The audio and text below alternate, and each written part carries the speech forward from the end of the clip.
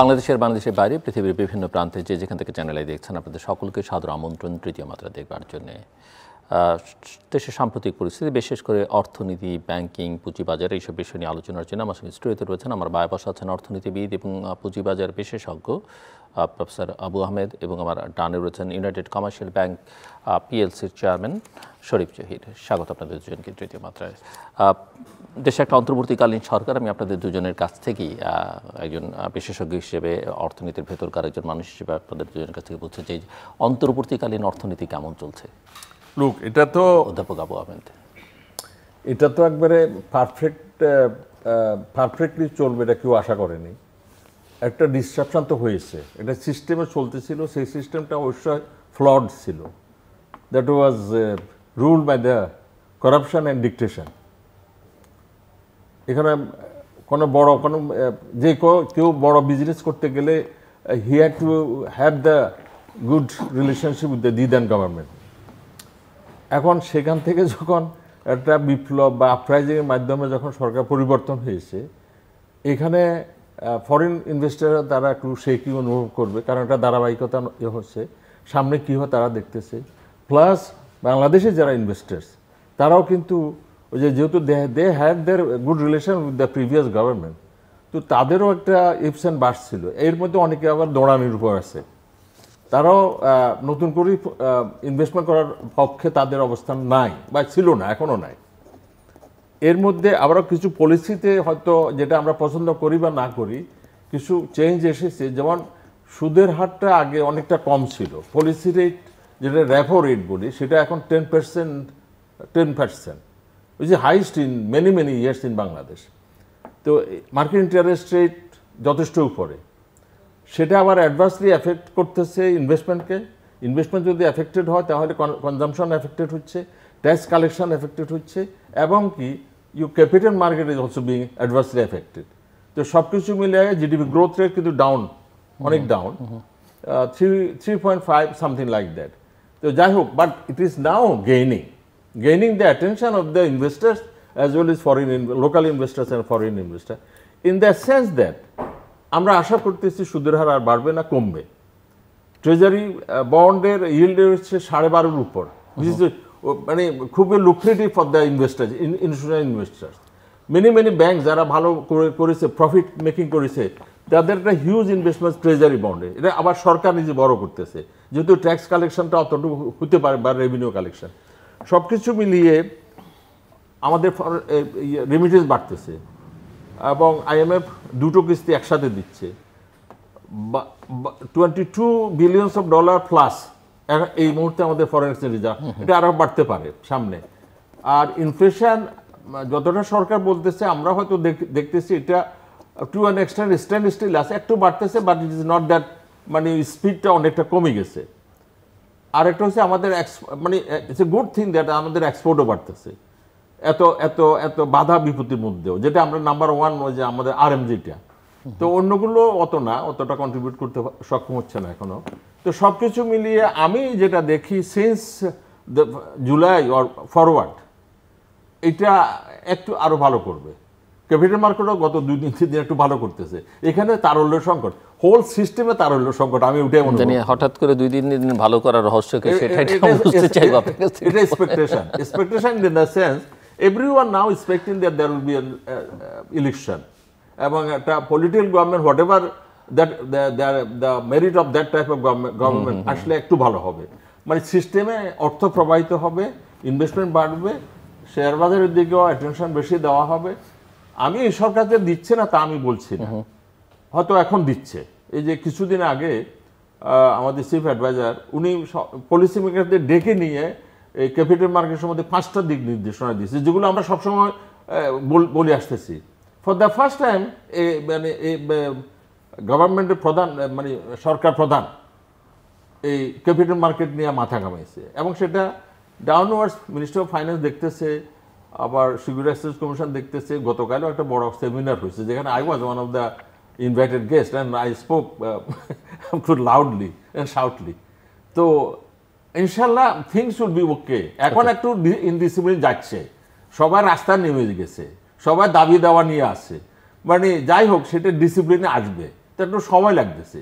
But আমরা আশা করি যদি একটা পলিটিক্যাল গভর্নমেন্টে মানে একটা ভালো নির্বাচন হয় বা নির্বাচনের দিকে যায়, হয়তো things will be much better. Thank you. আমি আবার আপনার কাছে আসবো, একটু প্র্যাকটিসিং পার্সনের কাছ থেকে শুনি, মিস্টার শরীফ জাহিদ।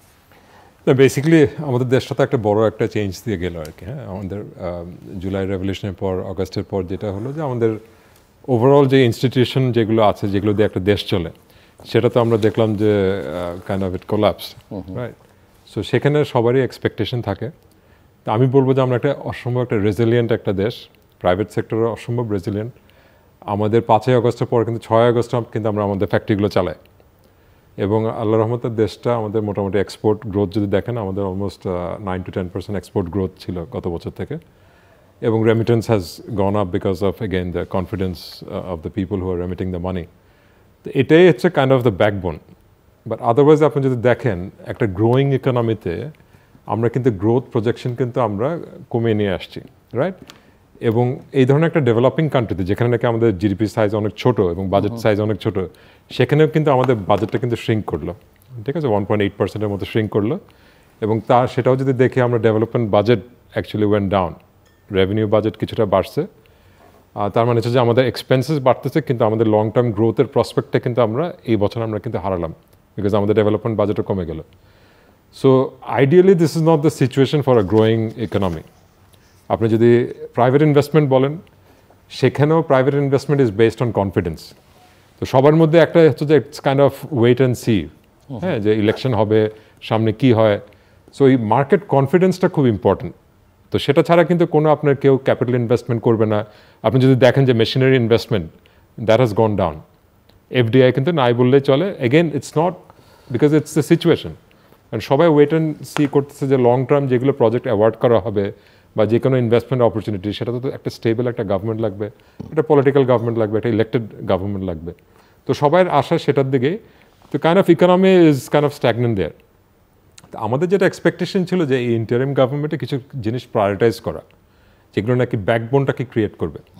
আমরা যে রিফর্ম বলছি, অ্যাকচুয়ালি রিফর্ম কিন্তু হচ্ছে যে আপনার এটার কন্টিনিউশনটা হচ্ছে সবচেয়ে বেশি ইম্পর্টেন্ট, রাইট?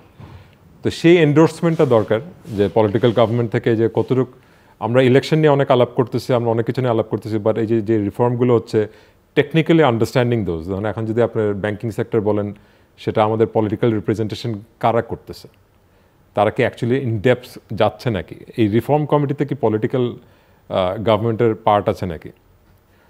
আমি বলবো যে আমার মানে যেটা আমি দেখতেছি যে যেটা সমস্যা এই গভর্নমেন্ট থেকে, সেটা হচ্ছে যে স্টেক হোল্ডারদের ইনক্লুশন। আজকে আমাদের দেশে, আমি জানি না আপনারা জানেন নাকি, একটা বড় একটা আমরা কিন্তু নেক্সট 10 days-এ ইউএস ট্রেড যে ট্যারিফটা সেটা ডিটারমাইন করা হবে। আপনারা জানেন যে এখন নর্মাল ট্যারিফের সাথে 10% অ্যাড করা হয়েছে, এবং তার সাথে কিন্তু 37% একটা বাংলাদেশের একটা ট্যারিফ দিয়ে রাখছে। তো ইউএসটিআর একটা আমাদেরকে একটা এগ্রিমেন্ট ফ্রেমওয়ার্ক পাঠাইছে, উইচ ইজ একটা এনডিএ সাইন করা, একটা কনফিডেন্সিয়াল একটা information, but we have to endorse it. Either we endorse it or we don't. এই 37% কিন্তু নির্ভর করতেছে যে আমাদের অ্যাকসেপ্টেন্স অফ দ্যাট ফ্রেমওয়ার্ক। তো এখানে আমি নিজেও ধরেন, আমরা কিন্তু অ্যাসোসিয়েশনের সাথে, বিভিন্ন অ্যাসোসিয়েশনের সাথে ইনভলভ, বিজিএমএ বলেন বা আমাদের ইকোনমিক জোন ইনভেস্টার্স অ্যাসোসিয়েশন আছে, সবখান থেকে কিন্তু আমরা জানতে চাচ্ছি, আমার তো বড় এক্সপোর্ট আছে অ্যাকচুয়ালি আমেরিকাতে, তো সেখানে আমরা জানতে চাচ্ছি যে অ্যাকচুয়ালি কী হবে। কারণ যদি 37% অ্যাড হয়, তাহলে কিন্তু বাংলাদেশের একটা ডিজাস্টার, এটা একটা ডিজাস্টার আসতেছে সামনে। কিন্তু আপনি যদি দেখেন পলিটিক্যাল পার্টি বলেন বা আপনি ডিসকাশন বলেন, আমরা কিন্তু এটা নিয়ে আলাপ করতেছি না কিন্তু। তো যাদের actually skin in the game আছে, যাদের এক্সপোর্ট আছে, তারা কিন্তু খুবই কনসার্ন এটা নিয়ে, এবং আমরা খুব পুশ করতেছি যে আমরা চাই যে জিনিসটাকে এগ্রি করা হয়, যেন আমরা এন্ডোর্স করি। কারণ এটার উপরে কিন্তু আগামী 5 বছর অ্যাটলিস্ট যে কদিন ট্রাম্প সরকার আছে, আমাদের ইকোনমি কিন্তু will be dependent on that. আমরা যদি একটা ভালো একটা ট্যারিফ যদি পাই, আমরা যদি ভালো একটা ইউএসএ যদি ট্যারিফ পাই, ধরেন আগে যে 16 to 30% যে ট্যারিফ থাকে, হয়তো বা তারা 10%টাও অ্যাড করতে পারে নেগোসিয়েশনের জন্য। আমরা যদি একটা ভালো একটা ফেভারেবল পজিশনে থাকি কম্পেয়ার টু ভিয়েতনাম বা চায়না, তাহলে কিন্তু নট অনলি এক্সপোর্ট বাড়বে, আমাদের এখানে ইনভেস্টমেন্টও বাড়বে। আপনি দেখবেন যে আমাদের ব্যাকওয়ার্ড ইন্টিগ্রেশন থেকে শুরু করে চাইনিজ ইনভেস্টার বলেন, সবাই কিন্তু এখানে এসে হুড়মুড় করে কিন্তু এখানে ইনভেস্টমেন্টের অপরচুনিটি খুঁজবে। এত একটা ইম্পর্টেন্ট জিনিস, আমরা কি এটা নিয়ে আলাপ করতেছি? এটা কি স্টেক হোল্ডারদেরকে কি ইনভলভ করতেছে নাকি? ওনারা যদি ওয়াশিংটনে যায়, ওয়াই নট কিছু স্টেক হোল্ডারদেরকে বাইরে রাখো, রুমের বাইরে থাকুক তারা, বাট অ্যাটলিস্ট তো আমরা তো ফিডব্যাক দিতে পারবো। তো I think that is very important. Stake holder ইনভলভমেন্টটা মোর ইম্পর্টেন্ট। ধরেন বিডার যে কনফারেন্সগুলো হয় সেখানেও একটা কমন কমপ্লেন হচ্ছে যে লোকাল ইনভেস্টরদেরকে কতটুকু ইনক্লুড করতেছে, লোকাল ইনভেস্টরদের সমস্যাগুলো কি সমাধান করতে পারতেছে নাকি। আগে তো সেটা সমাধান করলেই না আমরা ফরেন ইনভেস্টরদের সমাধান আমরা তাদেরকে মোটিভেট করতে পারবো। তো these are practical things I think that are being discuss. আমরা সব বিজনেস কমিউনিটি থেকে একই চাহিদা আমাদের। We talk about gas prices, we talk about interest rate. আমি বরাবর বলে আসছি যে আমাদের inflation is not demand pool inflation. আমরা ইন্টারন্যাশনালি আমরা জানি যখন আপনি ইন্টারেস্ট রেট বাড়াচ্ছেন সেটা হচ্ছে যে আপনার কনজিউমার ক্রেডিট যেটা সেটাকে আপনি বেসিক্যালি কার্টেল করতেছেন। তো আমাদের এটা হচ্ছে সাপ্লাই বেসড ইনফ্লেশন। তো সুতরাং এই যে এত হাই ইনফ্লেশন নিয়ে ব্যবসা করা তো আসলে ডিফিকাল্ট। আপনি 14-15% ইন্টারেস্ট দিয়ে কোন ব্যবসা আপনার ভায়াবল হয়। তো ওভারঅল আই থিঙ্ক যে আমাদের ইনভেস্টমেন্ট ফ্রেন্ডলি এনভায়রনমেন্ট এখনও ক্রিয়েট হয় না, এখানে অনেক সুযোগ আছে এবং আমরা আশাবাদী যে হয়তো বা সামনে আমরা এগুলো নিয়ে আমরা ইলেক্টেড গভর্নমেন্ট আসলে হয়তো বা এগুলো নিয়ে তারা আরও প্রোঅ্যাক্টিভলি কাজ করতে পারবে আর কি। সো প্রফেসর আবু আহমেদ, অনেকগুলো প্রসঙ্গ, ইনভেস্টমেন্টের প্রসঙ্গ, এফডিআই মানে ডোমেস্টিক ইনভেস্টমেন্ট বা লোকাল ইনভেস্টমেন্ট, একই সঙ্গে এফডিআই প্রসঙ্গ, বাজেটটা শ্রিঙ্কিং প্রসঙ্গটা তুলেছেন, এডিপিকে ছোট করে আনা, গ্রোথের ইস্যুটা এসছে এবং একই সঙ্গে energy problem, interest rate, US ট্যারিফের ইস্যু। এখানে একটা কথা হচ্ছে শরীফ যেটা বললো যে এটা আমি সবসময় বলি আসতেছি মানে as an academy more as academy যে ইন দিস কান্ট্রি ইনফ্লেশনটা ইজ নট মানিটারি ফেনোমেনা। মানে এক্সেসিভ মানি এক্সপানশন হয়েছে ওভার দ্য ইয়ার্স, তার থেকে ডিমান্ড বাড়ছে, অ্যাসেট বাবেল হয়েছে, whatever that is, it was not like that in this economy. এটা basically আমরা মনে করি যে এটা সাপ্লাই কনস্ট্যান্ট থেকে হয়েছে, বিভিন্ন যুদ্ধ বিগ্রহের কারণে হয়েছে, আমাদের টাকা মূল্য হারিয়েছে against US dollars and other reserve currencies. এই সব কিছু মিলে ইনফ্লেশনটা মানে এটা আগের সরকারের সময় থেকেই মানে যথেষ্ট প্রবলভাবে আসতেছিল। এটাকে শুধু মানিটারি কন্ট্রাকশনে মানিটারি মানি সাপ্লাই কমিয়ে এটাকে কন্টেইন করা যাবে মানে এটা হয় না আর কি। আচ্ছা, এতে ক্ষতি হচ্ছে কিন্তু ওই যে ইনভেস্টমেন্ট বা আদার কনজামশন এবং সব কিছু মিলিয়ে বাজেটে এটা সাইজ ছোট হয়েছে, ওটার জন্য আমার কোনো দুঃখবোধ নেই। কারণ বড় বাজেট মানে তো দেখেছি অনেক বেশি দুর্নীতিও হয়। যেটা আমাদের লক্ষণীয়, এটা সিভিল সোসাইটি ব্যবসায়ী সবাই একই জিনিস হওয়া উচিত, সেটা হচ্ছে আমাদের বাজেটের সাইজটা বাড়তেছে কিন্তু রেভিনিউ বাজেটটা তো ওটা তো হচ্ছে যে আমরা সরকারি কর্মকর্তা কর্মচারী বা যারা যারা আছে সরকার থেকে তাদেরকে সুযোগ সুবিধা বৃদ্ধির কারণে হচ্ছে। এটা is not that a good idea, মানে good thing. You are taxing more, giving some other people যাদের মধ্যে অলমোস্ট 1/3 আন্ডার এমপ্লয়েড বলে এটাকে, মানে 10 জনের কাজটা 15 জনে করতেছে ওই একই কাজটা। এই 5 জন হচ্ছে মানে নট ফুললি এমপ্লয়েড, ইনএফিশিয়েন্ট। হ্যাঁ, ইনএফিশিয়েন্ট সিস্টেম, আমরা করাপশন ফিডিং করতেছি। এখানে যেটা দেখা উচিত ছিল আমাদের ডেভেলপমেন্ট বাজেট বা যেটা নিয়ে আমরা বিনিয়োগ করি বা যেটার সেটা কতটা হারে বাড়তেছে। তো যাই হোক, সেটা দেখবে, এটা সরকার যে এটা বুঝতেছে না তা না। এখানে কথা হচ্ছে এটাকে আরো বাড়ানো যাতে ধার কর্য করি, কোনো লাভ নেই। হ্যাঁ, আমি ওটার অতটা পক্ষে না, মানে এটাকে যথেষ্ট করা। যেটা করা উচিত মানে হওয়া উচিত সেটা হচ্ছে প্রাইভেট সেক্টর নিজে, এই যে শরীফ যেটা বললো স্টেক হোল্ডার্সদেরকে অনেক সময় মানে আন্ডারমাইন করা হচ্ছে।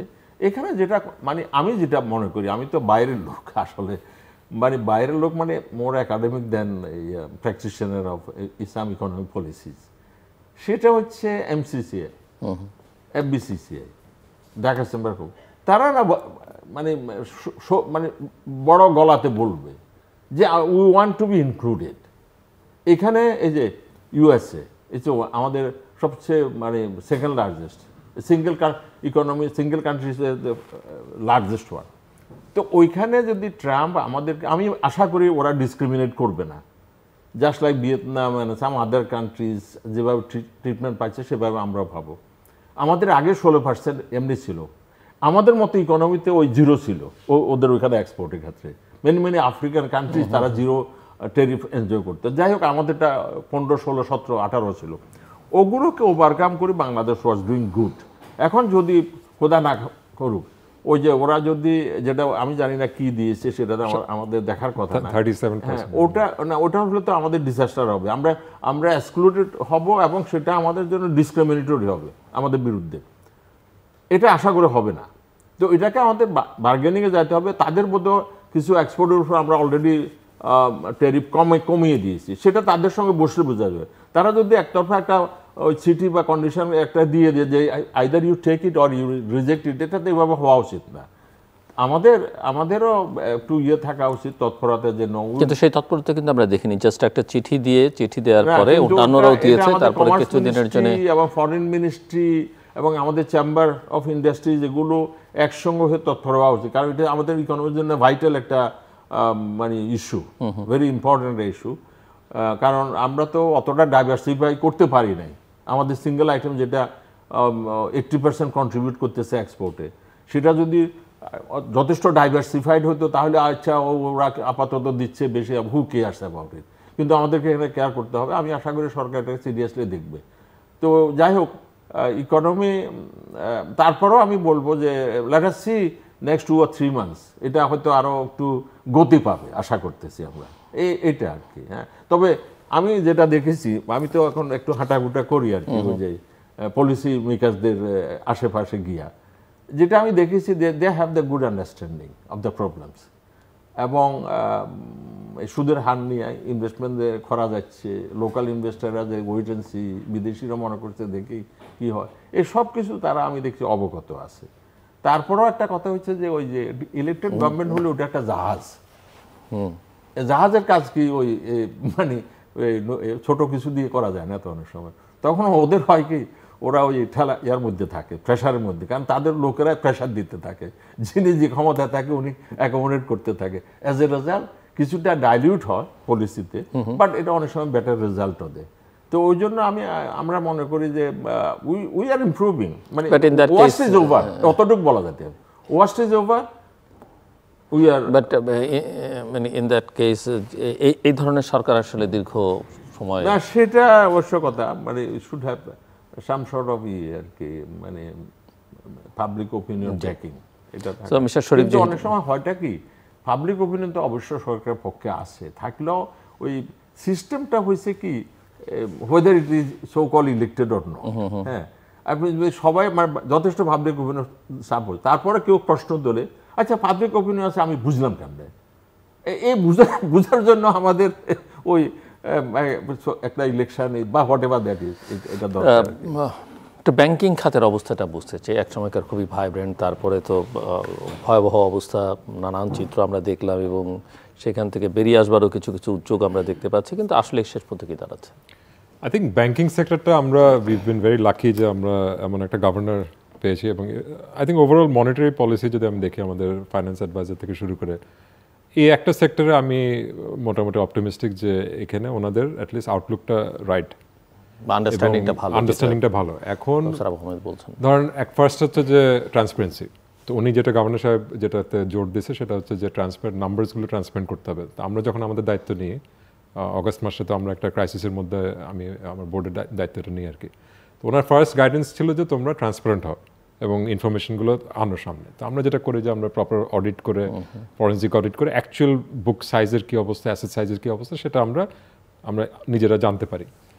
এখন সত্যি মানে অনেস্ট ট্রুথ যেটা হচ্ছে যে এটা তো একটা মানে ম্যাক্রো একটা ইয়ের মধ্যে ব্যাংকিং সেক্টরটা কাজ করে। এখানে আপনার ইন্টারন্যাশনাল লেন্ডিং আছে, এখানে কাস্টমার কনফিডেন্স আছে, ডিপোজিটার্স কনফিডেন্স আছে, অনেক কিছু আছে। এখানে প্র্যাকটিক্যাল কিছু জিনিস আমাদের মেনে চলতে হবে। এখন সমস্যাটা হচ্ছে যে অ্যাকচুয়াল আমাদের সিচুয়েশন খারাপ, এটা আমরা জানি।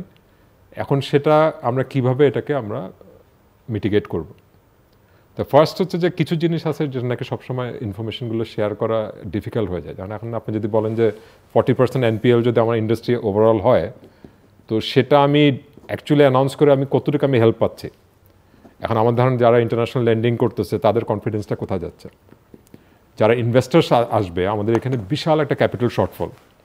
তো সেই ক্যাপিটাল শর্টফল মিট করতে কিন্তু আমার ফরেন ইনভেস্টরদের কাছে যেতে হবে। তো তারা তো একটু ওয়ারিড, হ্যাঁ, পুরো জিনিসটা যে অ্যাকচুয়ালি NPL কি ম্যানেজ করতে পারবো নাকি বা কী অবস্থা হবে। তো সেই কনফিডেন্সটা অ্যাকচুয়ালি আমাদেরকে বিল্ড আপ করতে হবে। তো সুতরাং খারাপ নিউজের সাথে আমাদের কিছু ভালো নিউজও দিতে হবে। সেটা হচ্ছে কি, সেটা হচ্ছে যে আগে হয়তো বা ইনফরমেশনগুলো ডাইভালজ হয় নাই, এখন তো আমরা অ্যাকচুয়াল ইনফরমেশনটা দিচ্ছি, তো এর থেকে খারাপ হওয়ার তো আর সুযোগ নাই। তো সেটাকে দিয়ে আমরা কথা স্টার্ট করতেছি, রাইট? তারপর হচ্ছে যে আমাদের রিকভারিগুলো কীভাবে আমরা ইয়ে করবো। তো রিকভারি এখন করতে গেলে আমাদের যেটা এক্সপেকটেশন ছিল, এখানে লর কিছু অ্যামেন্ডমেন্ট দরকার ছিল, যে আলটিমেট বেনিফিশিয়ারি যারা, তাদেরকে আমাদেরকে অ্যাড্রেস করতে হবে। এখন আমরা দেখতেছি যে আমরা কোর্টে, লোয়ার কোর্টে যদি আমাদের যখন আমরা নেক্সট করতেছি কিছু, সেটা যায় একটা তারা রিট পিটিশন করে ফেলতেছে। একটা কোনো ক্লায়েন্টকে যদি আমরা ডিফল্ট ক্যাটাগরিতে দিচ্ছি, তারা যায় সেটাকে রিড করে তারা সেটাকে স্টপ করে দিচ্ছে। সামনে ইভেন ইলেকশন আসতেছে, সেই কারণে হয়তো বা আরও তারা অ্যাক্টিভ যে এটাকে কীভাবে স্টে করবে। এখনও কিন্তু আমরা দেখতেছি না যে কোনো টুলসগুলোকে চেঞ্জ করা হয়েছে যেটা নাকি ব্যাঙ্কগুলোকে হেল্প করবে। এই ধরনের ইন্টারন্যাশনাল ক্রাইসিসে আমরা দেখছি আপনার ইন্দোনেশিয়া, ইন্ডিয়া, বিভিন্ন জায়গাতে আপনার অ্যাসেট রিকভারির উপর অনেক স্ট্রেস করা হয়। সেটা আপনি ওভারঅল আপনি একটা ইন্ডেক্স করতে পারেন, আপনি ওভারঅল একটা রেজিস্টার থাকতে পারে যেখানে নাকি আপনার মর্টগেজ প্রপার্টিগুলো কীভাবে সেল হবে, কীভাবে বাই হবে, এই ইনফরমেশনগুলো। তো সেগুলো নিয়ে আমার মনে হচ্ছে যে এখনও আমরা অ্যাক্টিভলি কাজ করতেছি না আর কি। এখন ধরেন আমি চাপ দিচ্ছি যে আমি রিকভারিতে, এখন আপনি ধরেন মর্টগেজ করা আছে বা সিকিউরিটি আছে, এখন এই সিকিউরিটিটা সেল করে ব্যাংক কার কাছে বিক্রি করবে, টাকাটা আদায় করবে কিভাবে?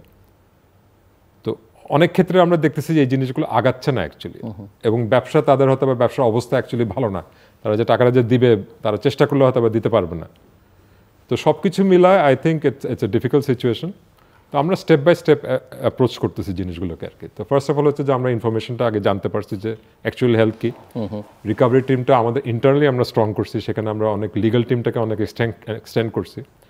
নতুন একটা আমরা যেটা চেষ্টা করতেছি ইভেন আমাদের ব্যাংক থেকেও, সেটা হচ্ছে যে আমরা ইন্টারন্যাশনাল লয়ার এঙ্গেজ করতে যাচ্ছি, কারণ আমরা জানি যে lot of the money that has been taken from the banking sector has been laundered outside the country. এখন আমি দেখতেছি আসলে এত ডিফিকাল্ট না।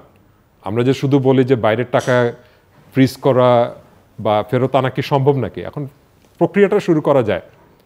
প্রক্রিয়াটা কি, ফার্স্ট হচ্ছে অ্যাসেট ট্র্যাকিং করতে হবে, যে অ্যাসেটটা কোথায়, আমাদের টাকাটা নিয়ে কোথায় নেওয়া হয়েছে।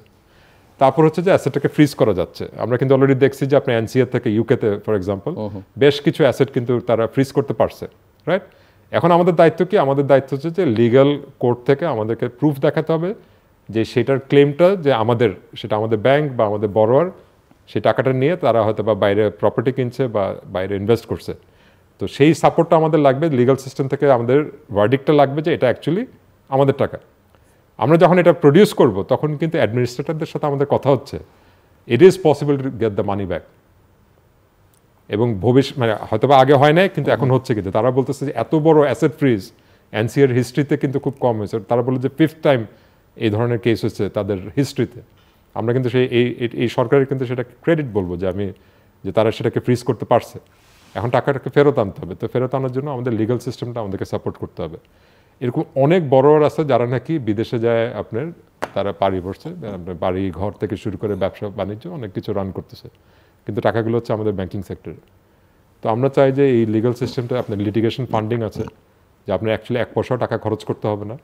তারা লয়ারদেরকে ফান্ড করবে, যখন আপনার রিকভারি হবে সেখান থেকে তখন নিয়ে আসবে, সেটাও আমরা নেগোশিয়েট করে আমরা করতে পারবো। সুতরাং এই স্কোপগুলো আছে, এগুলো নিয়ে আমাদের দ্রুত কাজ করতে হবে। এবং আমাদের যেটা বললাম যে লং টার্ম পলিটিক্যাল আপনার এন্ডোর্সমেন্ট লাগবে, যে তারা আমাদেরকে হেল্প করবে যে আমরা যে কাজগুলো এখন করতেছি এটা যেন কন্টিনিউশনটা থাকে। সবার একটা ভয় আছে যে ধরেন হয়তো বা ফিউচারে কি হবে, এটা কি করা যাবে নাকি। I think it is possible.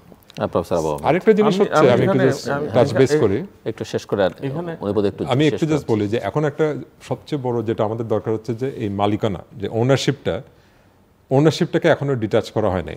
ওনারশিপটাকে liquidate করে ফেলতে হবে। কারণ ফার্স্ট স্টেপ হচ্ছে যে আমরা যদি ইন্টারন্যাশনাল ইনভেস্টর যদি আমরা আনতে চাই, যেরকম আমরা ডিএফআইগুলোর সাথে আলাপ করতেছি, তারা কিন্তু প্রথমেই তাদের কোয়েশ্চেন হচ্ছে যে ওই শেয়ার হোল্ডিংগুলোর কী অবস্থা, তোমরা কি ওটা লিকুইডেট করতে পারছো নাকি? ওটাকে লিকুইডেট করার পরেই কিন্তু আমরা ইন্টারন্যাশনাল ইনভেস্টরদেরকে এখানে আনতে পারবো। আমি এখানে একটা জিনিস সবাই জানা হচ্ছে, আপনি জেনেছি অলরেডি, যেটা হয়েছে মানে গত সরকারের সময়, সেটা হচ্ছে যে NPL, non performing loans, classified loan, যে নামই ডাকা হোক না কেন, এগুলো একটা প্রভিশনের রিকোয়ারমেন্টস লাগে, যে you can not distribute your profit মানে without making provision against the classified loans. ওই সময় অনেকগুলোকে মানে অডিটিংয়ের মার্কপেস দিয়া বা অন্যভাবে অনুরোধ করি ইত্যাদি করি বা এটাকে ডিলে করার মাধ্যমে এই এনপিএলগুলোকে চাপা দিয়ে রাখা হয়েছে, মানে হাইড করা হয় সত্যিকার অর্থে দোজ ওয়ার দি মানে ফুট আন্ডার দ্য কার্পেটস। এই সরকার, এই গভর্নর বা এই সরকার এটা হতে দিচ্ছে না। প্রকৃত চিত্রটা রিভিল হচ্ছে এখন যে কোন ব্যাংকের কী অবস্থা। কোনো ব্যাংকের 80% পর্যন্ত খেলাপি ঋণ, কোনো ব্যাংকের 50%, কোনো ব্যাংকের 40%, কোনো ব্যাংকের 20% আছে। এইবার আনলাইক দ্য প্রিভিয়াস ইয়ার্স মানে majority of the banking company তারা কোনো ডিভিডেন্ড দিতে পারে নাই, এবং কারো কারো ব্যাংকের শেয়ারের দাম হাফ হয়ে গেছে আগে যেখানে ছিল তার তুলনায়, বিকজ দে আর নট, মানে ওই ব্যাংকগুলো পারফর্ম করতেছে না, কারণ তাদের। আচ্ছা, এখানে আরেকটা কথা বলা দরকার। আমি দেখলাম যাদের মিডিয়াতে এসেছে, কোনো কোনো ব্যাংকের মানে আমরা এগুলোকে বলি যে নন পারফর্মিং ব্যাংক, তাদের ক্লাসিফাইড লোন হচ্ছে প্রায় 1200-1400 কোটি। তারা সর্বসাকুল্যে লাভ করতেছে 200-300 কোটি। এখন কত বছর লাগবে এগুলো এগেনস্টে মানে প্রভিশনিং করতে? এই জন্য একটা হতাশা আছে। আমি জানি না এগুলাকে রিক্যাপিটালাইজেশন, এটা তো সরকার তো আর করবে না, করতে হলে যারা ওন করতেছে শেয়ার হোল্ডার্স বা স্পন্সর তাদেরকে করতে হবে। আর না হলে একটা সলিউশন আছে, সেটা আমরা কেউ পছন্দ করবে না, বিদেশে ওই সলিউশনটাই কাজ করে। সেটা হচ্ছে ন্যাচারালি এগুলাকে ডাই ডাউন, মানে বন্ধ হওয়ার দিকে করে দেওয়া, যে না তুমি পারফর্ম করো, so you lose in the competitive system, এবং তোমার বন্ধ হয়ে যাবে। এখন যেটা সরকার যেটা চিন্তা করতেছে বাংলাদেশ ব্যাংক, যে অ্যামালগামেশন মানে মার্জার, তো সেটাও একটা কঠিন আমার কাছে মনে হয়, কারণ বাংলাদেশে মার্জার অ্যান্ড অ্যাকুইজিশনের উদাহরণ তেমন নাই। একবার একটু চেষ্টা করেছিল, ফেল করছে, আবার একটু চেষ্টা করো, কি হয়, পদ্মা ব্যাংক তো জোর করে করা, রিক্যাপিটালাইজেশন করা হয়েছে, এটা কি চলতেছে? এটা চলে না। দেয়ার আর সাম আদার ব্যাংকস অলসো, এবং যদি করতে পারে ভালো, খারাপ ব্যাংকগুলো ভালো ব্যাংকগুলো নিয়ে ব্যাপারও আছে, সেগুলোর ভ্যালুয়েশনের ব্যাপার আছে, অ্যাসেট কোয়ালিটি সবার সমান না, সে সমস্ত নিয়ে অনেক কন্ট্রিবিউশন। তারপর আমাকে কালকে একজন বলতেছে, স্যার তো আমরা যেগুলো ক্ষুদ্র শেয়ার হোল্ডার্স আর কি ওই সমস্ত ব্যাংকে, তো তাদের কি হবে, তারা কি রেশিওতে আমরা পাবো না, আমাদের কোনো শেয়ারে থাকবে না। আমি বললাম যে ভ্যালুয়েশনের পরে তোমার ব্যাংকের ওইটাতে রেশিও হয়তো ঠিক করবে, তখন হয়তো পাওয়া যাবে এভাবে। কিন্তু ব্যাংকিং সেক্টরের অবস্থা খুবই খারাপ। শুধু ব্যাংকিং না, এই বিমা সেক্টর, এই নন ব্যাংকিং ফাইন্যান্সিয়াল যে লিজিং কোম্পানিগুলো পপুলারলি বলি, কোথাও কোনো অধিকাংশ লিজিং কোম্পানির কোনো ব্যবসা বাণিজ্য নেই। বিমা কোম্পানি অধিকাংশ বিমা কোম্পানি মানে ওই যে যাদের থেকে টাকা পয়সা নেই তাদেরকে ফেরত দেওয়ার কোনো তাদের কোনো সক্ষমতা নেই। আর সবচেয়ে মানে আমি কি বলবো, অধিকাংশ মানুষ মনে করে এগুলো ফ্রড। এখানে বাংলাদেশের ক্ষেত্রে শরীফ তো একটা ভালো ব্যাংক, মানে ইট ওয়াজ এ ভেরি গুড ব্যাংক। আমরা এটা ফার্স্ট জেনারেশনের ব্যাংক ইউসিবি, এটা খারাপ হয়ে গেছে। হোয়াই? ফার্স্ট জেনারেশন অন্য দুই একটা ব্যাংক তো ভালো আছে, এমনকি কিছু খারাপ ব্যাংকও ভালো ভালো হয়েছে পরে। তো এটা হলো কেন? আমি যেটা দেখি বাইরের থেকে আর কি, যে একটা সিস্টেম তখন কাজ করতেছিল, তারাও বোর্ড অফ ডাইরেক্টরস বলে, মানে ওটাও কন্ট্রোল করতেছে, এমডি সাহেবও ওই ওদের পক্ষে। আবার তারা বাইরে সাইনবোর্ড দিচ্ছে যে এটা ব্যাংক, এবং তাদের কতগুলো ফিকটিশিয়াস ফেক কোম্পানি তারা স্থাপন করেছে। আবার যেখানে 100 কোটির দরকার সেখানে 200 কোটি নিছে, ওগুলোর নামে তারা নিয়ে গেছে। এখন ওখানে এই যে শরীফ যেটা বললো, এই যে অ্যাসেট কি বিক্রি করা, কার কাছে বিক্রি, কেউ তো কিনতে আসে না, আর ওই অ্যাসেট দিয়ে কাভার করা যাবে না যে পরিমাণ টাকা তারা নিয়ে গেছে, ওই অ্যাসেট বিক্রি করে খাবার, আবার এগুলো কিনতেও আসে না কেউ। এগুলা এই সমস্যা আছে, আমি জানি না এটা কিভাবে সলভ হবে। উই ক্যান টক অ্যাবাউট, আসলে ওই সবকিছুরই সলিউশন আছে আর কি। ধরেন জাস্ট আমি আমাদের ব্যাংকের একটা এক্সাম্পল দিই, হ্যাঁ, জাস্ট প্রপার গভর্নেন্সের কারণে, প্রপার ম্যানেজমেন্টের কারণে আজকে দেখেন আমরা জাস্ট এই 25-এ 6,500 কোটি টাকার নেট ডিপোজিট গ্রোথ হয়েছে। এটা 3 লাখ নতুন আপনার অ্যাকাউন্ট হোল্ডার বাড়ছে। UCB to an extent confidence earn করতে সক্ষম হয়েছে, কিন্তু যারা কনফিডেন্স যাদের উপর হারিয়ে গেছে এবং যাদের পক্ষে আর সম্ভব হচ্ছে না, মানুষ টাকাই দিতে পারে ডিপোজিটারদের, তাদের পক্ষে তো আমি আসলে যেটা বলতে চাই, ডিপোজিটারের ফুল দায়িত্ব সরকারের নিতে হবে তাহলে, এবং এটার কোনো মাফ নেই। আচ্ছা, লুট করছে লুটেরা গ্রুপ, লুটেদের ধরতে হবে, সেটা নিয়ে কোনো, কারণ এখানে তো আপনার ব্যাংক একটা ফাংশনিং ছিল, সেন্ট্রাল ব্যাংক তো স্টেট স্পন্সর্ড, এটা তো তাদের দায়িত্ব ছিল একটা ডিপোজিটের, মনিটর মানে করা ছোট বা ছোট নিরাপত্তা ডিপোজিটার বিধান করা। যাদের সেভিংস দিয়ে ব্যাংকগুলো, সেগুলো আপনার প্রোটেক্ট করতে হবে। তো সেটা আপনার একসাথে তো ব্যাংক রান হবে না। ফার্স্ট অফ অল হচ্ছে বাংলাদেশে এতগুলো ব্যাংকের কোনো প্রয়োজন নাই। এখানে আমরা সবাই জানি যে এখানে লাইসেন্সে ব্যবসা হয়েছে বা ফেভারিজম হয়েছে বা যে কারণে দেওয়া হয়েছে। বাংলাদেশে এই এতগুলো ব্যাংক চালানোর কোনো ম্যানেজমেন্টই নাই। আমরা দেখতেছি কারণ আমাদের management থাকলেও তো থার্ড লেয়ার দরকার তো ফোর্থ নাই লেয়ারের কারণ। লোক যায়, সে ম্যানেজিং ডিরেক্টর হচ্ছে অন্য একটা ছোট একটা ব্যাংকের। এখন এটাকে শ্রিঙ্ক করে যে বললাম যে প্রত্যেকের একটা সলিউশন আছে এগুলোর। তো এক নম্বর হচ্ছে যে যেহেতু এখানে নেগেটিভ ইকুইটিতে চলে গেছে আপনার ভ্যালুয়েশন, তখন আপনি যেটা বললেন যে শেয়ার হোল্ডাররা ডিপ্রাইভড হবে, কিছু করার নেই। কারণ তারা তো জানতো, তারা যে স্টক মার্কেটে ইনভেস্ট করতেছে তারা জানতো যে কোন ব্যাংক ভালো জানতো না, কোন এই জন্য ব্যাংক আমি বলি। খারাপ। তারা উপরে একটা রিপোর্ট, অ্যানুয়াল রিপোর্ট বা অ্যাকাউন্টিং এর একটা রিপোর্ট দিচ্ছে, সেখানে তো তারা দেখাচ্ছে আমার নেট প্রফিট হচ্ছে, মানে ক্লাসিফাইড লোনের এগেনস্টে প্রভিশনের শর্ত, কিন্তু সেই প্রভিশনিং অনেক ক্ষেত্রে ফেক হয়েছে। আর ওই যে যেটা বললো শরীফ, সেটা হচ্ছে যে রেগুলেটর, তো রেগুলেটর তো ওয়াজ দেয়ার ওই সেন্সে। এখন কথা হচ্ছে আমি as a citizen of this country, why tax payer money should be given to those banks? তো আমি যেটা বললাম যে ব্যাংকের অ্যাকচুয়ালি ব্যাংকের মালিকদের কাছে যাবে না বা ব্যাংকের যারা ইনভেস্টর তাদের কাছে না, বাট ডিপোজিটারদেরকে সেফগার্ড করতে হবে। তো এক নম্বর হচ্ছে যে এখন টাকা পয়সা চোররা, সামগ্রিকভাবে- আমি বলি টাকা পয়সা চোররা চুরি করে নিয়ে গেছে, রেগুলেটর ঘুমাচ্ছিল, হ্যাঁ। এবং উপর থেকে উপরে যারা আরো উপরে যারা আছে তারা এটার সঙ্গে কনভেন্সে ছিল।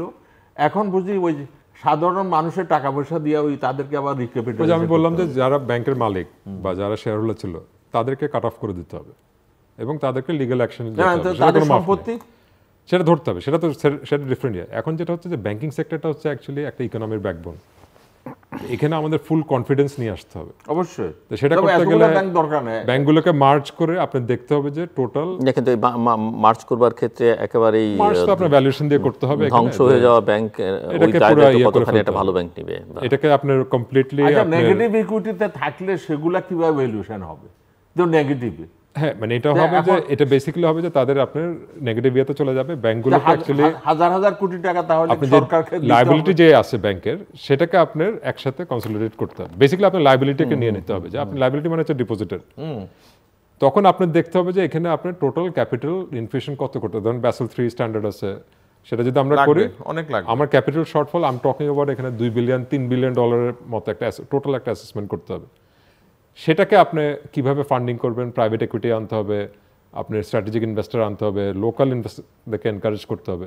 এটাকে সামগ্রিকভাবে এটাকে খুব সফিস্টিকেটেডলি এটাকে ডিল করতে হবে, করে আপনার কনফিডেন্সটাকে নিয়ে আসতে হবে যে আমরা না ব্যাংকগুলোকে আমরা স্ট্রং করলাম। এখন তার সাথে সাথে আমি বললাম যে কালেকশনগুলোকে আরও অ্যাক্টিভেট করতে হবে। তো এটা একটা লং টার্ম একটা মানে একটা স্টেপ নিতে হবে, এটা একদিনে হবে না, বাট একটা ওভারঅল একটা প্ল্যানিং দরকার। এবং এখানে তো কিছু আপনার মানে যারা হয়তো বা বললাম যে ব্যাংকের মালিক বা ইনভেস্টর আছে, কেউ না কেউ তো এখানে একটা তাদেরকে প্যানালাইজ করতেই হবে এটা। তো আই থিঙ্ক এটা খুবই ইম্পর্টেন্ট, কারণ আমাদের যেটা বললাম যে ইকোনমির ব্যাকবোন, আপনি যদি ইন্ডিয়াতেও দেখেন এনপিএল ইজ লেস দেন 2.5%। পাকিস্তানের মতো একটা দেশ যেখানে নাকি আমরা জানি যে এত সেখানেও করাপশন আমাদের থেকে আছে, অনেক কম। সেখানেও কিন্তু লেস দেন 7%। তো বাংলাদেশে আমরা যদি বলি যে এখন আমরা 25, 40% 26 বলতেছি, তাহলে তো এটা আমাদের ইমিডিয়েটলি অ্যাড্রেস করতে হবে এটা। যে আমি একটু আপনার কাছ থেকে ক্যাপিটাল মার্কেটের অবস্থাটা একটু বুঝতে চাই। এবং এটাও এটা ভালো কেন, না। হ্যাঁ? আপনি তো গত ব্যাংকিং সেক্টর 2-3 দিনের ব্যাপারে ব্যাংকিং সেক্টর আমি বলি ব্যাংকিং না, কিন্তু এটা ভালো করা যাচ্ছে না কেন? মানে এই না যে না, এটা ভালো করা যাবে না তো। কারণ হচ্ছে এটা মানে যে সরকারের ছিল যখন ছিল তারা ওই যথেষ্ট করে অ্যাটেনশন দেয় নাই। মানে আমরা যেটা বলে আসতেছিলাম যে তার কতগুলো মানে কোম্পানি তারা ইভেন প্রিমিয়ামে আইপিওতে এসেছে, তাদের ভ্যালুয়েশন ঠিক হয় না। এখন সেগুলোর দাম ওই যে দামে তারা নিয়েছে ওই সে এন্টারপ্রেনিয়ার্স, আমাকে অনেকে বলে আচ্ছা এরা যখন এত টাকা নিয়েছে তাদেরকে পেনালাইজ করা যায় না, তাদেরকে কি বাধ্য করা যায় না যে বাজার থেকে শেয়ার আরও তারা কিনে নিতে? আমি বলি যে আচ্ছা বলো তো, তারা যদি শেয়ার বিক্রি করে লন্ডন চলে যায় তাহলে কীভাবে করবে তোমরা? তারা তো অনেকে তাই করেছে, এবং তারা এসেছে একটা বদ উদ্দেশ্য নিয়ে যে তাদের একটা ছোট্ট একটা লক ইন পিরিয়ড থাকে 1.5 বছর বোধ। তো সেটার পরে তারা সবাই ওই যে ম্যানিপুলেটার্স হায়ার করে, জুয়ারি, এটা back by the margin loan আবার এগেন।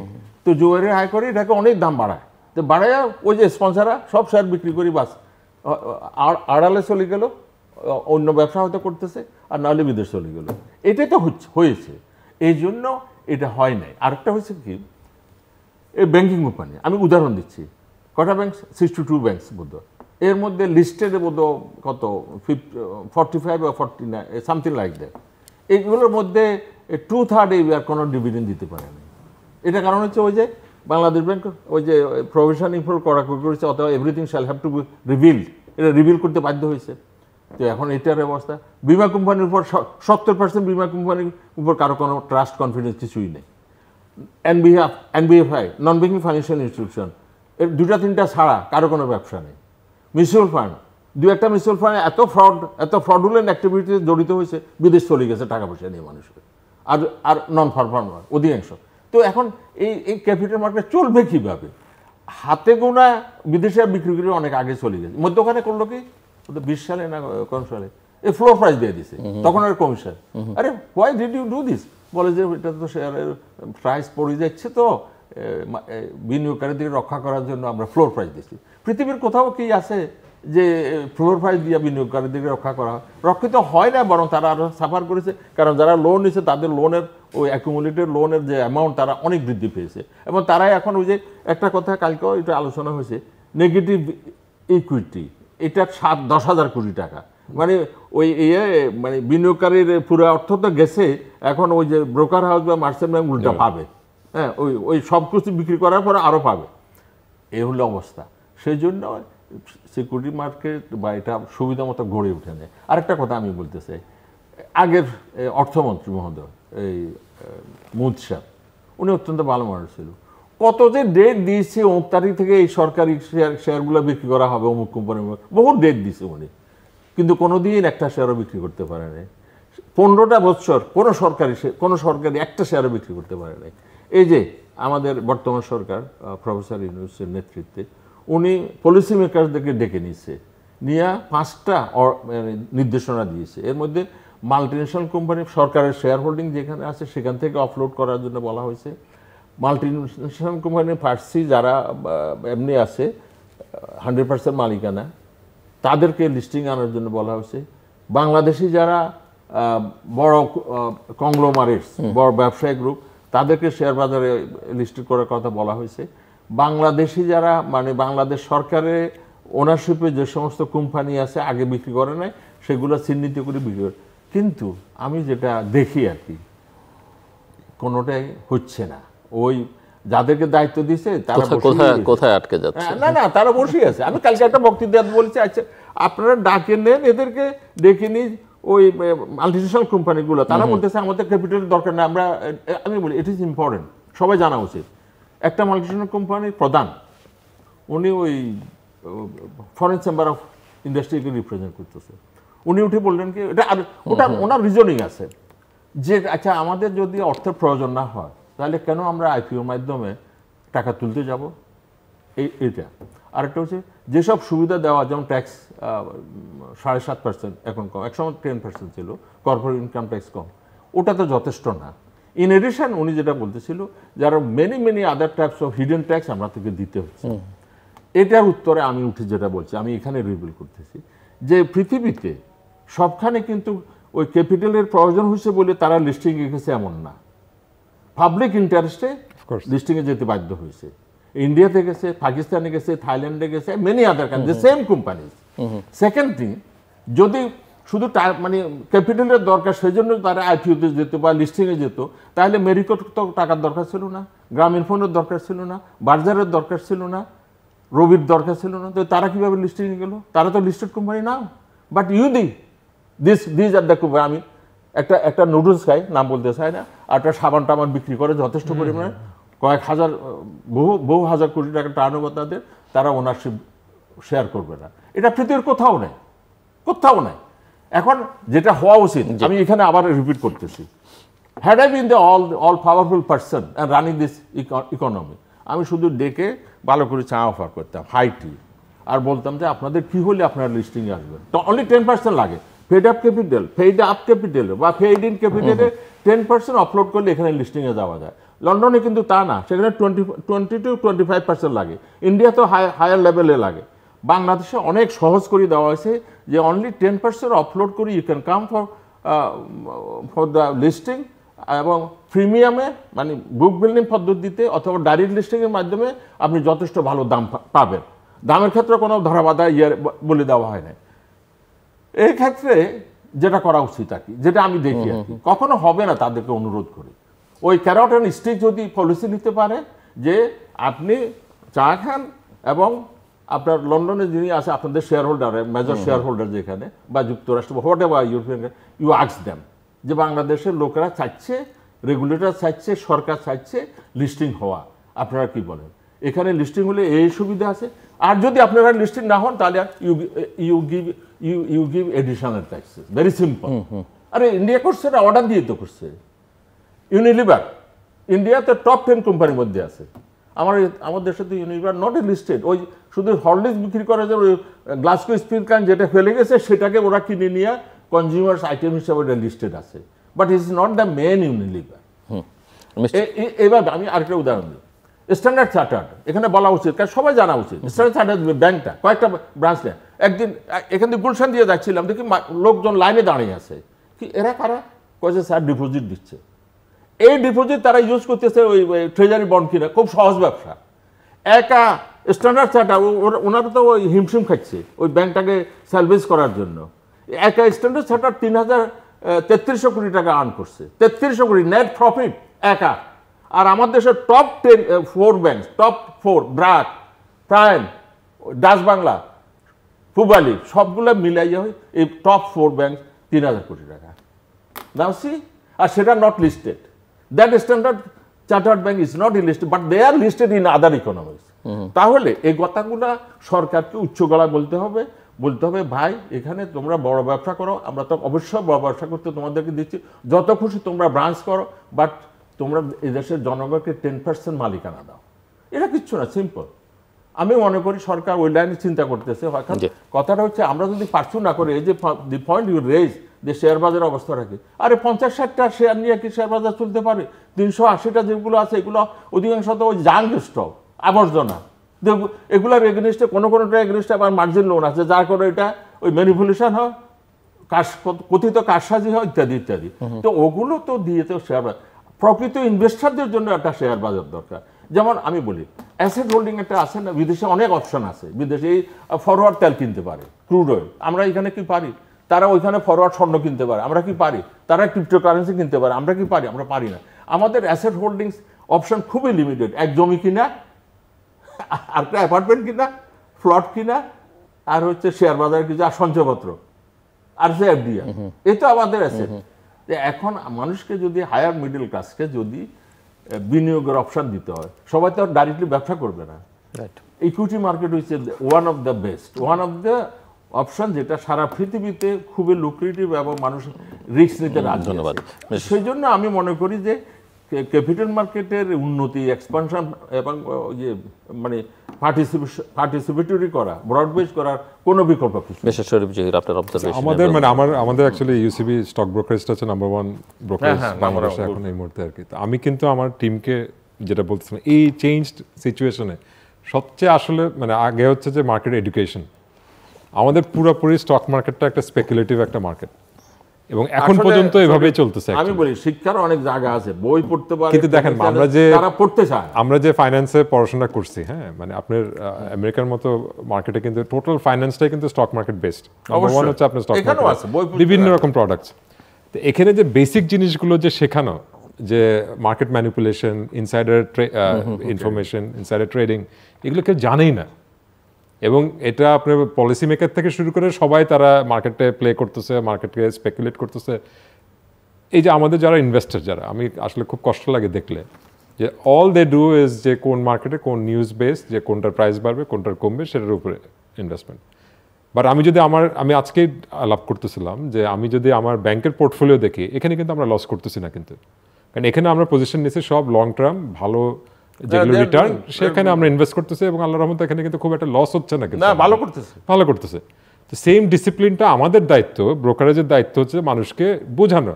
তো আমি একদম বলছি ভিডিও করে করে তোমরা শেখাও, এখন টাইম তোমাদের শেখাও, এটা আমাদের রেসপন্সিবিলিটি এটা। এবং তাদেরকে ডিসকারেজ করো যে স্পেকুলেটিভ বেস এখানে ইনভেস্টমেন্ট করো না। তো এটা একটা বিশাল একটা প্রয়োজন যে আপনার যেন মানুষ যায় এখানে ঢুকে বার্ন না করে, লং টার্ম যেন অ্যাপ্রোচটা নেয়। এখন কেন আপনার প্রাইভেট সেক্টর থেকে আমরা ধরেন আমরা অনন্ত গ্রুপ যেটা আমাদের এক্সপোর্ট ওরিয়েন্টেড, এখানে আমরা আলাপ করছি অনেকবার, আপনার proper starting with proper valuation model. এখন আমার পেড আপ দেখা যাচ্ছে 300 কোটি, আমার কোম্পানির ভ্যালুয়েশন হচ্ছে 4000 কোটি টাকা। এখন আমি কি আমার উইদাউট প্রপার ভ্যালুয়েশন আমি তো মার্কেটে আনবো না এটা। তো এখানে স্টার্টিং পয়েন্ট তো এখান থেকে হতে হবে যে আমি ভ্যালুয়েশন পয়েন্টটা আমি কীভাবে করতেছি এটা, হ্যাঁ, যে আমার কি ট্রু প্রাইসকে রিফ্লেক্ট করতেছে নাকি। তো সেখান থেকে স্টার্ট করতে হবে। এরপরে কিছু ইনসেন্টিভ দিতে হবে, definitely there has to be different tax rates থেকে শুরু করে আপনার মার্কেটে গেলে তো আপনার প্রপার ইনফরমেশন শেয়ার করতে হবে। অনেক কিছু আপনার ট্যাক্স বেড়ে যাবে, ভ্যাট বেড়ে যাবে। যারা কনজিউমার প্রোডাক্ট করে তাদের বড় একটা প্রবলেম হচ্ছে যে তাদের যদি প্রপার রেভিনিউ প্রফিট যদি ডিক্লেয়ার করতে হয় তাদের ভ্যাট বেড়ে যাবে, ট্যাক্স বেড়ে যাবে। তো সেটাকে তো আপনার কিছুটা মানে কোনোভাবে ইনসেন্টিভ দিতে হবে যে কীভাবে সেটাকে অফসেট করবেন। তো সব কিছু মিলায় এগুলো মানে দিস ইজ নাথিং নিউ। এসব চাকা আবিষ্কার হয়েছে আরও 100 বছর আগে। এটা ভেরি প্রাইমারি জিনিস আর কি। তো এগুলো বসে কিছুটা আমাদের মনে হয় যে আমরা অশিক্ষিতভাবে আমরা কাজ করতেছি, এবং যারা মার্কেট রেগুলেটরস এখনও আমরা যে যাদেরকে আমরা বসাবো বা সামনে আমরা চিন্তা করতেছি বসানোর, আমরা কি প্রপার স্টাডি করে তাদের কোয়ালিফিকেশন দেখে কি আমরা চিন্তা করতেছি? আমরা কিছু নাম শুনতেছি, আশা করি যে ধরেন রাইট মানুষগুলোকে বসানো যাবে যাদের নাকি এক্সপিরিয়েন্স আছে, যাদের প্রপার এথিক্যাল ব্যাকগ্রাউন্ড আছে, যাদেরকে আমরা রিলাই করতে পারবো। এবং প্রোঅ্যাক্টিভ হতে হবে, প্রোঅ্যাক্টিভনেসটা খুব ইম্পর্টেন্ট। আমি শুধু বকিশ হলাম, আমি চিন্তা করলাম ভালো মানের সব কিছু ঠিক আছে, কিন্তু আমি কাজ করতে পারলাম না, সেটা দিতে হবে না। সো আমাদের এই পজিটিভ চেঞ্জ আনতে গেলে অনেক বেশ স্টেপ বাই স্টেপ অনেক কিছু করার আছে, সেগুলো আমাদের করতে হবে। আপনার এখন এই মুহূর্তে ব্যাংকিং সেক্টর ছাড়া আর কোনো কিন্তু আপনার ক্যাপিটাল সোর্স কিন্তু আমাদের দেশে নাই অ্যাকচুয়ালি। মানে we are all reliant on bank. তো ডেফিনেটলি আমাদের ক্যাপিটাল মার্কেটটাকে গ্রো করতে হবে, এবং এখানে যথেষ্ট সুযোগ আছে। আশা করি যে এটাকে যদি আমরা প্রপার পলিসিগুলো করি, আমরা সেখানে আমরা অনেককেই আমরা এনকারেজ করতে পারবো এই সেক্টরে নিয়ে আসতে। এবং আপনি যেটা বললেন যে এখানে ব্রডার বেস লাগবে, আরও ভালো কোম্পানি লাগবে, মানুষকে বোঝাতে হবে যে কেমনি ইনভেস্ট করতে হবে, তাহলে এটা গ্রো করতে পারবে। আমরা একেবারে শেষের দিয়ে আর কিছু যোগ করবেন যেটা আমরা আলোচনায় মিস করেছি বা আপনি মনে করেন আলোচনা করা দরকার? আই থিঙ্ক আর কি ছিল ক্লোজিং রিমার্কস হিসেবে রিফর্মসের জায়গা থেকে, বা আমরা যদি হোয়াইট পেপার কমিশন আর্থিক খাতের জন্য রিফর্মের জন্য কোনো কমিশন এনে হোয়াইট পেপার কমিশন হচ্ছে, তারা কিছু সুপারিশ করে। না, মানে আমি ওই যেটা বললাম যে মানে ডেভেলপমেন্ট বাজেট নট নেসেসারিলি যে রাস্তাঘাট এটা না, কিন্তু আমি বলতে চাচ্ছি ধরেন ইনভেস্টমেন্ট ফ্রেন্ডলি এনভায়রনমেন্ট তৈরি করা। আমাদের প্রায়োরিটি দিতে হবে যে ইলেকট্রিসিটি, ইউটিলিটি। আমরা মনে করি যে ইউটিলিটিটা ধরেন গ্যাস প্রাইসিং যেটা করা হয়েছে, এটা কে বুঝাবে কাকে যে ডিসক্রিমিনেটরি প্রাইসিং হইতে পারে না। একটা দেশে দুই রকম আপনার ইউটিলিটি প্রাইস হইতে পারে না। আপনি বলতেছেন আপনি টাকা খরচ করতেছেন আপনার ইনভেস্টমেন্ট আনার জন্য, একটা ম্যানুফ্যাকচারিং বেস কীভাবে তৈরি হবে যদি আপনি বলতেছেন যে নতুন ইনভেস্টমেন্টে আপনার গ্যাস প্রাইস, ইউটিলিটি প্রাইস বেশি হবে? এটা তো একটা কমপ্লিট ডিসকানেক্ট। এটা কীভাবে সম্ভব? এখানে আমি যেরকম রাস্তাঘাট, আমি কি রাস্তা করলে কি আমি রাস্তার জন্য ট্যাক্স করতেছি? আমি কি রাস্তা হাঁটার জন্য আমি মানুষকে ট্যাক্স দিতেছি? তো সিমিলারলি আমি কি গ্যাস, ইলেকট্রিসিটি যেটা দিয়ে আমি ম্যানুফ্যাকচারিং সেট আপ করবো, যেখানে আমি এমপ্লয়মেন্ট জেনারেট করবো, যেখানে মাল্টিপ্লাইং এফেক্ট আছে, সেখানে আমি রেট দিয়ে দিচ্ছি অবাস্তব রেট। মানে আমার গ্যাস প্রাইসের সাথে আমি যদি ইন্ডিয়া কম্পেয়ার করি, চায়না কম্পেয়ার করি, কোথাও সাথে এখানে মিলে না। তাহলে কেন আমি এই দেশে এসে আমি ইনভেস্ট করবো? আমি এখানে জমি কিনতে গেলে জমির দাম বেশি, গ্যাসের রেট বেশি, ইলেকট্রিসিটির আনরিলায়েবল সাপ্লাই। তো আগে এগুলোকে আমার ঠিক করতে হবে। সবচেয়ে বড় যেটা বিডার করা উচিত ছিল যে ইজ অফ ডুইং বিজনেস, সেখানে আমরা কি কি চেঞ্জেস দেখছি। তো একদম যে প্রায়োরিটি বেস, যে আমরা যারা আমাদের বেজার আমরা ইনভেস্টর অ্যাসোসিয়েশন আছে, কেউ ইনভেস্টমেন্ট করতে পারতেছে না। আমরা হাতে গোনা যদি 10টা কোম্পানিকে যদি আমরা স্টার্ট করে দিতে পারতাম, তাদের কি সমস্যা, তাদের পানি নাই, তাদের গ্যাস নাই, তাদের ফ্যাক্টরি মেশিন বসে গেছে, এখন পর্যন্ত তার ইলেকট্রিসিটি কানেকশন পায় না, বাঙালি ইনভেস্টর, বড় ইনভেস্টর। তো তারাই যদি না চালু করতে পারে বা তারা যদি ব্যবসা না করতে পারে ঠিকমতো, তাহলে আমি কীভাবে এক্সপেক্ট করি যে ফরেন ইনভেস্টার সেখানে ইনভেস্ট করবে? It's a very common sense. ওই যে যারা শিক্ষা আসলে মানে ফাইন্যান্স, বিজনেস, কাউন্টিং, এগুলোতে আসলে শিক্ষা দেওয়া হয়। আর এমনি একাডেমিজ আছে কিছু দিয়েছি করে, ক্যাপিটাল মার্কেট ট্রেনিং একাডেমি আছে, এগুলো আছে, কিন্তু আসলে অনেকে শিখতেও চায় না। আর তারা মানে এটা হয়তো হিউম্যান বিংসের নেচার, তারা শর্টকাট হইতে কিছু টাকা পয়সা বানাতে চায়, কিন্তু দে লুজ দ্য মানি। যেটা আমি যেটা দেখি বিং একাডেমিক, আমি তো নিজে এটা দেখেছি মানে long term since 85 ups and down দেখেছি। এই আসলে এটা just option for the long term investors হওয়া উচিত। এই শর্ট টার্ম ট্রেডিং ফিডিং ইত্যাদি শেয়ার ব্যবসা মানে এই জিনিসটা এসেছে পরে, কিন্তু শেয়ার ব্যবসা নামে কিছু একটা, এবং এটার সঙ্গে যোগ হয়েছে কি ওই লোন বিক্রি করে মানে ঋণ বিক্রেতা, ওই কমার্শিয়াল ব্যাংক ওদেরকে দেয় মার্চেন্ট ব্যাংকে আবার কিছু পার্সেন্টেজ রাখে ওইখানে দেয়। এখন এটাও সিকিউরড মানে নিরাপদ মানে কি দাম কমে গেলে ওই ওর শেয়ারগুলো বেশি হবে, এর থেকে ভালো নিরাপদ আর কি হতে পারে, কিন্তু এতে ক্ষতি হয়ে যাচ্ছে।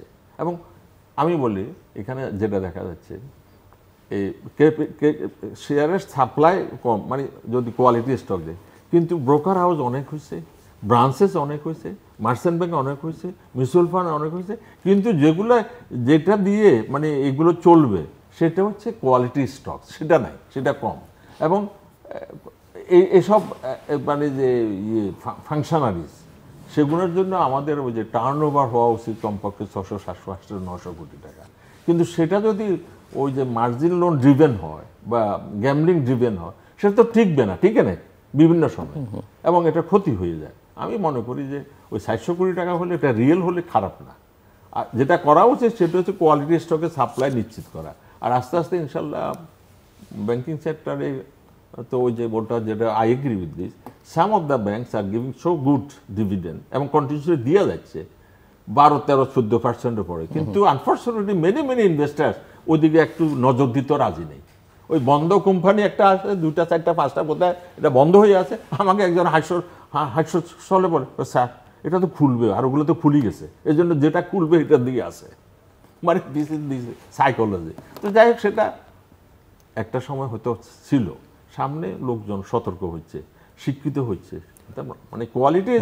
আপনি যেটা বললেন যে সত্যিকারে যদি মার্কেট স্টাডি করেন, আপনি যদি কিছু ব্যাংকের ধরুন আমাদের ব্যাংকে যদি বলে আপনি যদি ন্যাভ দেখেন, নেট অ্যাসেট ভ্যালু, তাহলে আমি তো এখন বলবো যে এখন ইনভেস্টমেন্ট করার সময়। হ্যাঁ, কারণ এখন যে প্রাইস আছে সেটা যদি আপনি অ্যাকচুয়ালি এখন অ্যাসেট ভ্যালু দেখেন সেখানে আপনি গেইন করতে পারবেন। আর যদি তার 5 ইয়ার্স প্রজেক্টরে দেখেন তাহলে ডেফিনেটলি এখানে গেইন করার সুযোগ আছে যদি লং টার্ম আপনি প্লেস নেন।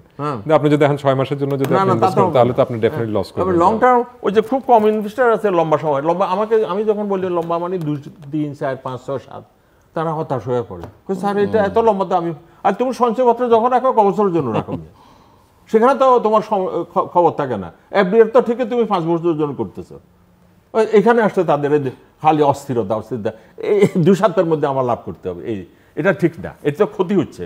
এবং মার্জিন এটা জানে সিকিউরিটি এক্সচেঞ্জ কমিশন যে এটা একটা ওনারা ক্যান্সার হিসাবে কাজ করতেছে। দর্শক অনুষ্ঠানের শেষ প্রান্তে আমরা সামাজিক যোগাযোগ মাধ্যম ফেসবুক, এক্স এবং ইউটিউবে রীতিমাত্র লাইভ স্ট্রিম হচ্ছে আপনারা দেখতে পারেন। টেলিভিশনের পর্দায় দেখতে না পারলে যে কোনো সময় যে কোনো স্থান থেকে ইউটিউবে রীতিমাত্র চ্যানেলটি সাবস্ক্রাইব করেই পুরনো পর্বগুলো আপনারা দেখতে পারেন। মিস্টার শরীফ জহির এবং প্রফেসর আবু আহমেদ, অসংখ্য ধন্যবাদ আলোচনা শোনাবার জন্য। দর্শক, আমরা অর্থনীতি নিয়ে কথা বলছিলাম এবং ভালো চিত্র মন্দ চিত্র দুটোই আমার অতিথিরা তুলে ধরবার চেষ্টা করেছেন। আশার জায়গা অনেক আছে, কিন্তু অনিশ্চয়তার জায়গা সেটা হচ্ছে যে যে কোনো দেশে একটা নির্বাচিত সরকার ছাড়া, জনপ্রতিনিধিত্বশীল সরকার ছাড়া এক ধরনের আনসার্টেনিটি থাকে এবং সেখানে কেউ আসলে ইনভেস্ট করতে চায় না। এর পারিপার্শ্বিক অন্যান্য অনেক দিক আছে, সরকারের দিক থেকে কিছু ভালো উদ্যোগ নেওয়া হচ্ছে, বিশেষ করে ব্যাংকিং সেক্টরে আমার অতিথিরা বলছিলেন, কিন্তু এর যে লং টার্ম পলিটিক্যাল এন্ডোর্সমেন্ট সেটার নিশ্চয়তা এখন পর্যন্ত যতক্ষণ না মিলবে ততক্ষণ পর্যন্ত এই অনিশ্চয়তা কাটবে না, বরং কোনো ক্ষেত্রে আরও বাড়তে পারে। আমরা আশা করব যে বাংলাদেশের দ্রুত গণতান্ত্রিক প্রক্রিয়া তার উত্তরণটা নিশ্চিত করতে পারবে এবং যে কাজগুলো আছে সেই কাজগুলো অব্যাহত থাকবে এবং পলিটিক্যাল এন্ডোর্সমেন্টের যে কথা বলা হচ্ছে সেটাও নিশ্চিত করবার দায়িত্ব অবশ্যই রাজনৈতিক নেতৃত্বের, এবং তাদের সঙ্গে যারা এখন কাজ করছেন এক ধরনের সংযোগ স্থাপন করবার চেষ্টা করবেন, বিশেষ করে বিভিন্ন স্টেক হোল্ডারদের সঙ্গে। আমাদের সঙ্গে থাকবার জন্য অসংখ্য ধন্যবাদ, আপনাদের সবার জন্য শুভকামনা।